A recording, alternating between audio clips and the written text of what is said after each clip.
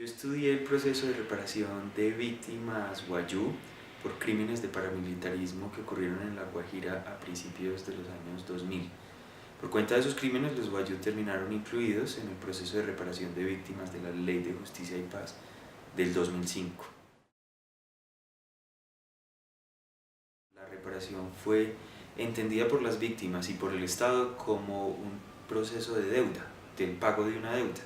Resulta que el Estado vio que pagar la reparación con las víctimas era saldar una deuda histórica con los indígenas, y los mismos indígenas que se declararon víctimas entendieron que el Estado tenía una deuda con ellos. Bueno, la deuda para los antropólogos representa todas aquellas relaciones que no han sido completadas en el tiempo.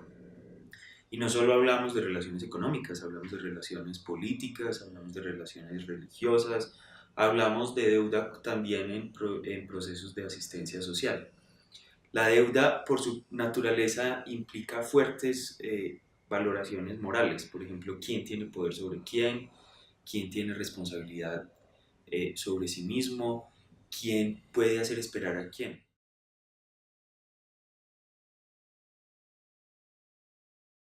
Bueno, como el Estado está en deuda con las víctimas, el Estado debe ser moralmente inferior frente a ellas.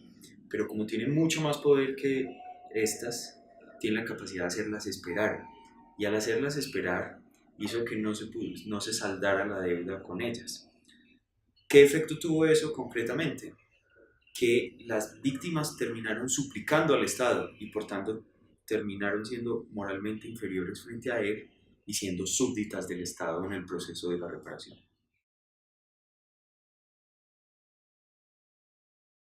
Bueno, mi investigación nos alerta sobre todos aquellos momentos en los cuales se usa el lenguaje de la deuda en el contexto de política social, de políticas sobre derechos humanos, de políticas de asistencia. Y como lo que yo demuestro es que el lenguaje de la deuda es de doble filo, por un lado crea una relación, pero también puede crear mucha jerarquía y mucho poder entre las partes que entran en deuda. Hay que tener mucho cuidado cuando se invoca ese lenguaje, cuando hablemos de política social, de derechos humanos y de derechos sociales de manera más general.